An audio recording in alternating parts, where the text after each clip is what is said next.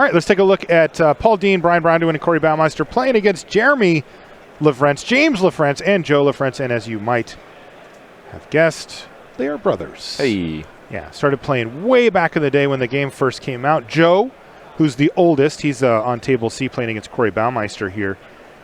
Actually convinced younger James and younger Jeremy to play. Jeremy's the youngest, and they put him on the end of the table so that he doesn't get distracted. They said if he was in the middle table, he would he may get distracted. They often play on different teams, theory being, well, they can finish first, second, and third. Sure. But they've decided that for the first time, actually, they're going to team up for this event and battle as brothers. So we'll see. They've drawn a real tough one here. They're 4-0, but they now are playing against Paul, Brian, and Corey. And, you know, I don't know who they played earlier, but it's hard to imagine a tougher matchup. These guys are the real deal, you know, 3 professional Magic players, and they're going to have their hands full here, though. Wanted Scoundrels is going to quite safely attack into the mere 1-1 there. It's crazy how good the Wanted Scoundrels is still. Yeah. Like you would think maybe with the introduction of Rivals, maybe it gets a little bit worse, but most of the 2 drops are still 2 power. Mm-hmm. That Wanted Scoundrel is going to do a lot of work. And here's the follow-up play. Fathom Fleet Border, but it's immediately going to get killed. In fact, worse than killed, exiled. Yeah, Reaver ambush there. Mm-hmm. Interesting to see Brian on a blue-black deck. That's not really focal to a tribe that runs the Dusk Legion Zealot. Now, he could be a Pirates, of course, but, well, we have a vampire into a horse. Yeah, this looks like a strange deck here. Blue-black vampire horses so far. We'll see kind of how things shape up. It could be a more controlling build. Ooh. And that Wanted Scoundrel sees red. 6 power first strike, Marshall. Yeah, that is going to be a major issue. Also a solid follow-up play with Goblin Trailblazer, another card that may be able to continually chip in alongside the Wanted Scoundrels, as it really puts Brian in a tough position. And right as I say that, you see the extreme downside to these auras. He's going to get 2-for-1 maybe out of this game by Dean-Braun-Duin by Impale. Yep. I mean, that is the type of thing that is extremely difficult to recover from. Doesn't get much better or clean than that. And he's just going to go ahead and sit back. He recognizes, look, I can attack for a decent amount here, but I'm going to be able to clean up this game pretty quickly with that Dust Charger once I get the City's Blessing. And he's, you know, 2 permanents away from doing that right now. Like, land creature next turn could do it, and he wants to maintain his life total. Yeah, getting those 2 treasures effectively made the Impel a contract killing, if you will. Yeah, James might be in a tough spot. If he doesn't have any more ways to really push through damage, then sure, he's gotten Brian down to 9 life, but for what? All right, so this attack from James probably signifies some more menace creatures or ways to improve value, and there it is. There we see March of the Drowned to get back 2 of the vampires, or sorry, pirates, and recast them instantly. Yeah, so not a bad turn there. 5 mana, traded off for a 1-1, and then immediately rebuilt his board out. Though I will say that the Wanted Scoundrels, of course, looks much worse facing the Dust Charger, especially if we see the City's Blessing here from Dean-Braun-Duin, which we will. Oh, no, maybe not. It looks like we're not going to see it. But even then, you know, the fact that it's lost C red means that it's just a trade now for the Dust Charger at the worst here for BBD. But that's actually really bad for BBD because he wanted that Dire Fleet Interlope to be a 3-3 so he could just trade the Scoundrels for it, or rather, for the Scoundrels. He really did. Now he's going to have to trade away the Dusk Charger if he wants to block. Now, I got to ask you a question, though, here, Kenji. Sure. Can he just take it? Oh, no, he can absolutely just take it. I'm just saying that's a little bit risky. Oh, so, you know what? He can't take it, can he? Well, not anymore. Well, now he definitely can't. But Buccaneers Bravado is the card that just is terrifying. I was just going to tell you, or just say, we've been talking about that card a lot. Wait, so the Goblin got in, but not the Scoundrels here? Yeah, the Scoundrels had 2 damage on it from the Reckless Rage. Oh, I didn't see he didn't Reckless want to Rage. trade. Thank you. Yeah. I was like, wow, I would probably attack with that. Now I wouldn't. And what was his follow-up play there? Looks like a Swaggering Corsair. So that was a nice sequence for James. You know, it looked like he maybe impaled right out of the game. after he got 2 for 1, but he's still fighting. I mean, the Sea Red did push in 6 damage before it did. The creature got killed, so. Yeah. Yeah, you know, I'm Brian not that here impressed playing. by that. Like, this is the thing about the Explorer creatures. If you don't hit the +1/+1 counter, they're just so frail looking. I think the most egregious is the Ixali's Diviner. An 0-3 and a 1-4 in this format is a huge difference. I know. A 1-4 actually difference. works for you. Yeah, 0-3 is a brick. And so as you see, like Brian has a 4-mana 2/2 on the battlefield. He's, you know, nice of him to hit the Explorer +1/+1 trigger there for the Siren Lookout and have a follow-up play. But all of his creatures don't block very well. Soul of the Rapids was the follow-up. And like you said, no particularly great blockers, but he's in an okay position here, right? Like he could double block the Corsair and trade off with the Scoundrels, take 2 damage. Sure, but if James has just anything, then he's in a rough shape. Yeah, I think that's been the case for a while, though, for BBD. It's one of the reasons I don't really care for the Soul of the Rapids card. I don't either. Like, if you're falling behind, it's trading away for a 2-drop or a 3-drop. Miserable. Now, granted, if you have something like Mark of the Vampire or Squire's Devotion, that card goes way up in value, of course, Definitely. because hexproof lifelink, you know, evasion because it has flying. It's also a good finisher. If you find yourself ahead in the early game, but your opponent starts to stabilize, that's the type of card that can, you know, often get in the last 3-6 points of damage. He did, in fact, go for the double block and the trade that I was suggesting a minute ago. All right, let's see if he has something like a Skullduggery or... Wow, it just happened. Okay, that was really good for BBD. Yeah, down to 5 here. But he takes out scenario. 2 Holy creatures moly. and gets 2 more treasure. And the only follow-up is a Fathom Fleet Firebrand, and I think that James may be out of gas. Yep, he's out of cards in hand now. So. Wow, this is a big turn now for BBD. If he can just add a creature to the board, he's going to be in great shape. Yeah, we saw the Explorer reveal that Skymarch Bloodletter. And there it is. That's going to put him back up to 6. And things are looking pretty good for Brian. I don't mind that attack from James, though. Like, having the Menace creature on the battlefield, you do want to clear out BBD's cards. 6 to the Golden City, and yes, he does have baby. the City's Blessing. How about we draw 3 cards? Those look like all spells, too. Wow. Sick. Right. So now he's going to have to pass the turn and just hope he doesn't get something real stupid. But I can't imagine him dying this turn. So well, Buccaneer's Bravado is lethal. As long as BBD doesn't have any interaction with those 2 treasures. Interesting. Bravado would be lethal.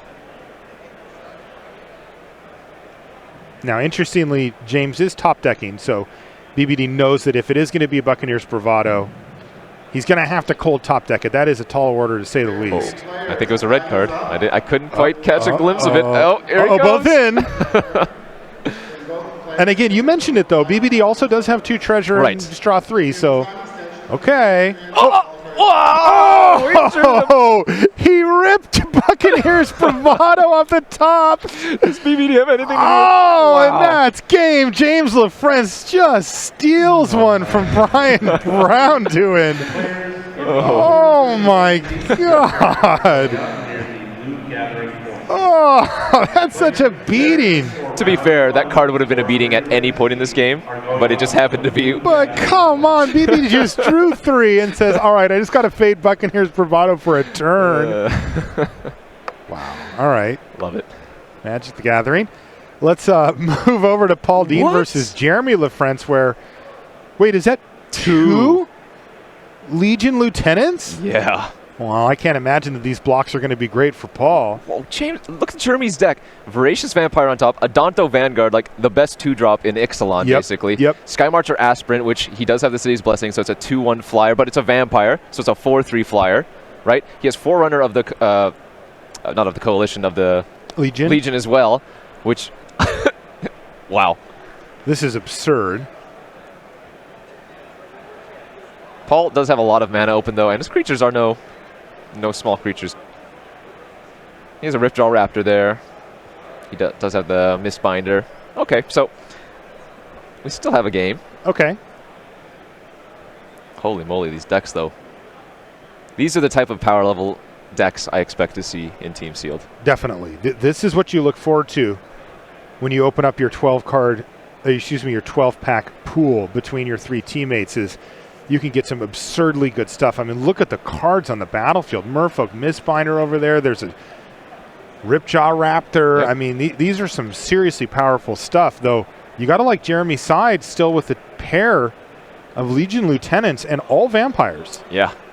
Well, Jeremy still has that 4/3 flyer and that 4/4 menace creature. Paul, even though he was able to trade off for 2 of the creatures, he had to use a River Herald's Boon, so he was still trading 3 for 2, you know, in Jeremy's favor. And now he's staring down. Look at that board. 3/3, 3/3, 4/3 flyer, 4/4 menace. He only has 5 power on the board right now, and even though Ripjaw Raptor is obviously amazing, it's just, it doesn't do enough by itself here.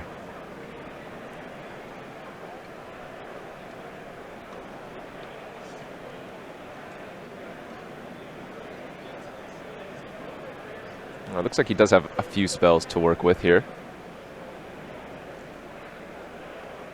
That's a pretty darn good one.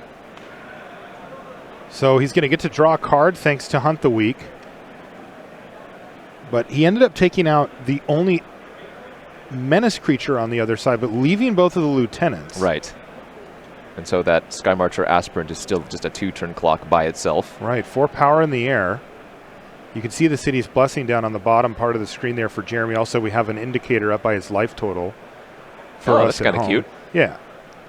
It's mythic, too. Oh, yeah.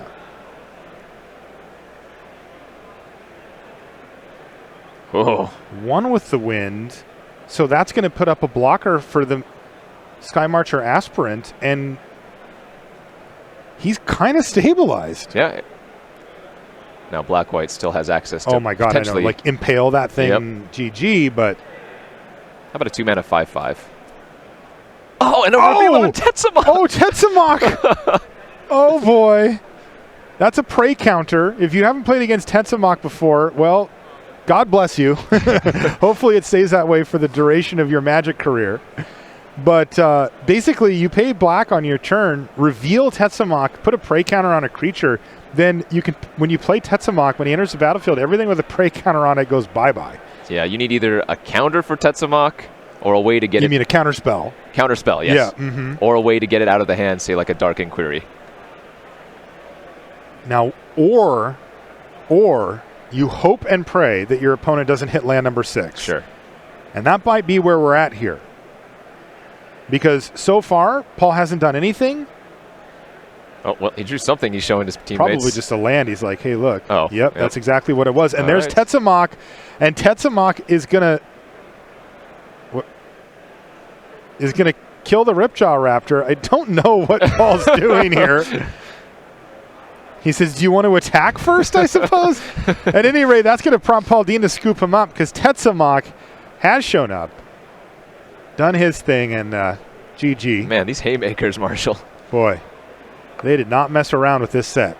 Bravo. There are some absurd bombs in this set. We've already seen Tetsamok finish the game last round, or actually I should say this round, but in our main match we saw Profane Procession dig Owen Turtenwald out from being almost hopelessly behind to just winning the game kind of handily. All right, from one tribe to the next. Vampires down to Merfolk over here. Corey also on maybe a color combination that's not too frequently seen in this format, red-white. You know, I haven't seen that much. Yeah. I played a lot of it in Ixalan.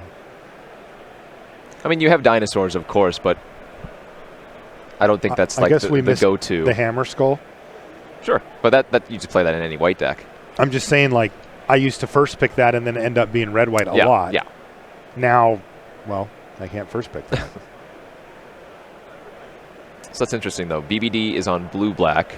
Corey is on red-white. Just something to know. I mean, there are obviously a ton of different iterations of deck building you can do when you have 12 packs to give to 3 different players, but it's nice to see some variety here. And indeed, there is that Territorial Hammer Skull in Corey's hand, I see. He's up a game here.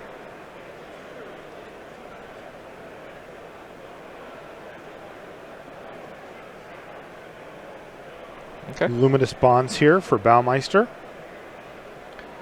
So he's going to shut off that attack route and leave Joe really with just a 1/1. I mean, Jade Bearer, okay, but this is the downside. Hey, at least it's a target for 1 with the wind. If you've got a lot of ways to pump your creatures, the 1/1 Merfolk's not looking too bad. Yeah, it's true, and there are many ways to do so. You do need them all, though.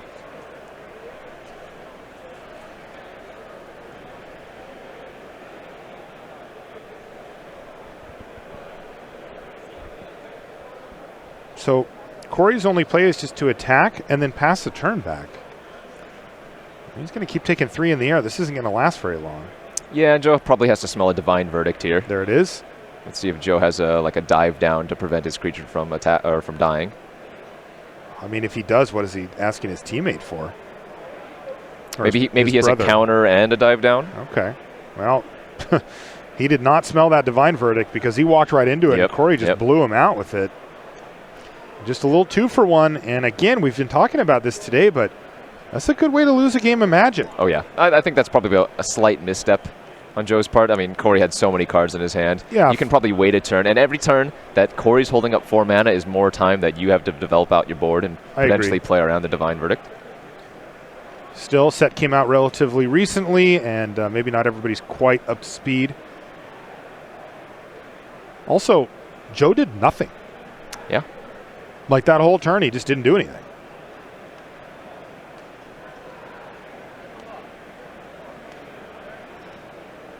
Yeah, and Kitesail Corsair is really not going to get him out of this mess, as it's just going to get tapped down. And now Corey Baumeister is playing quickly because he knows there's blood in the water and the shark is here. He wants to hand the Lavrenz team their first match loss here in round number 5. But as you look, Jeremy and James are both up a game over Corey's teammates. So Corey kind of needs to finish this thing off. And, you know, with double Territorial Hammerskull, it's going to be very, very easy to do so. Yeah. Joe does have a 1 out in his deck, River's Rebuke, but he doesn't have that 6 land. Sure, and even then, I wonder if he even wins the game. River's Rebukes, he bounces the Luminous Bonds. So? Gets in for 5, puts Corey to 9. Corey can play 2 creatures follow up, then 1 more bounce spell on, say, the Hammerskull that he would replace. Maybe he can just replay the bonds. I don't know. Seems tough, but the problem, of course, is blue-green, right? Like this, it's not. Yep. You know, you're not going to have your board swept away. That's why Corey can pretty confidently just run it out. And Corey, by the way, reveals unfriendly fire in a friendly gesture. Oh, yeah, he says, "Look, you tapped your mana. I'm going to show you that I'm going to win the game here." Joe says, "Okay, you got me." Hey, there's a rebuke. He says, "I was looking for that one. That gave me a shot," and it did. It did give him a shot. All right, back to the middle match. And James looking in good shape. BBD does have a treasure map, which he opted not to transform or use on upkeep. So maybe he had used it on the previous end of turn and saw something that he liked. Yeah, treasure map got a lot better with the introduction of rivals. What do you say? I mean, that's 4 towards City's Blessing if you're able to transform it. That's my favorite card from Ixalan. Treasure map? Yeah. Nice. Do you know it dies to naturalize, though? It does. It's also not the best card in Ixalan. It's just my favorite. It is a little bit slow. Yeah, but it's pretty slow. If you're able to play it out early, it can allow you to ramp out, which is nice. Definitely. Though I always feel so bad sacrificing this treasure once I get it transformed. I'm just like, I want to draw all those cards.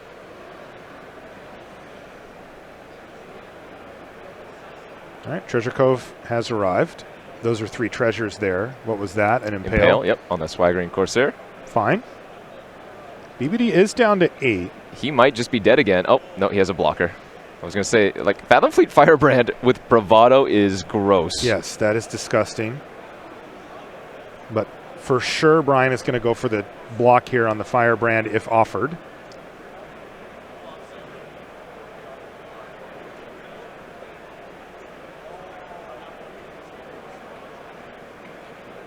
And I think if you're James, you probably don't attack if you don't have a trick, unless you also have a menace creature in your hand. Because then if you have a menace creature in your hand, you kind of want to just get creatures off BBD's battlefield. Also, it plays around BBD having something like a Mark of the Vampire, which can really swing a game as well. Oh, good point. Yeah. Keeping the creatures off the battlefield when your opponent's a little low. One of the problems, of course, though, is that this is actually a similar setup to the one that we saw the round prior, where BBD has the card advantage engines rolling. Right? He's the one with the Treasure Cove. We saw him cast Secrets of the Golden City last game, and he had the City's Blessing at the time as well. So he's really able to pull way ahead on cards and force James into some kind of uncomfortable spots. And James had to get pretty lucky last game. He did. Hey, it's our boy Sailor Amines. More importantly, it's not a land, so that 3/3 Direfleet Interloper now is a good blocker. Yeah, just like you mentioned before. Imagine the difference between them. Oh, yeah. He wouldn't have had to double block in that other game. I mean, he probably would have won. That's how close it can be. Brian really wants to kill that Wanted Scoundrels. Wanted Scoundrels represents 2 extra cards from Treasure Cove. Oh, yeah. Yeah. Interesting, really interesting interaction. James playing Wanted Scoundrels, but really not wanting to put it at risk if possible. Wow, getting that counter was huge. Oh, yeah. Because now he just really can't attack with it without having something. Of course, BBD has to kind of hold his breath here as well. So I think if you're James, you're probably thinking, well, what can BBD have in his hand, right? He did not use the Treasure Cove to draw a card when he had a play still available in his hand. He had the Direfleet Interloper. He could have sacked the treasure, drawn a card, seen a little bit more before deciding, right? Mm-hmm. So maybe he has a 3-mana trick in his hand. Maybe he has 2-mana trick, maybe Moment of Craving or something like that, and waiting to blow the James out. Yeah, it's interesting because, you know, BBD, if he gets the Interloper down with the counter, he just wants to lock that up, and he realizes, well, if I use the Cove and sack a treasure, that's a Direfleet Neckbreaker, by the way, I'm not going to be able to cast anything relevant anyway, so I'm just going to wait. Yep. But like you said, getting that information is pretty valuable, and BBD had to purposely pass that up if that's the case. The Neckbreaker doesn't actually do too much right here, as BBD can still just trade it away with his Kitesail Corsair. Mm-hmm. That is the downside to the Neckbreaker, where it only 2 toughness and it doesn't get augmented. It kind of acts as a one-shot in a lot of times where you attack and your guys get +2/+0, but it's just going to only happen that one time because they trade off so readily with it. Right. Still, that's powerful. Oh, yeah. And, of course, there's the rare time when they can't trade, and then it's just over.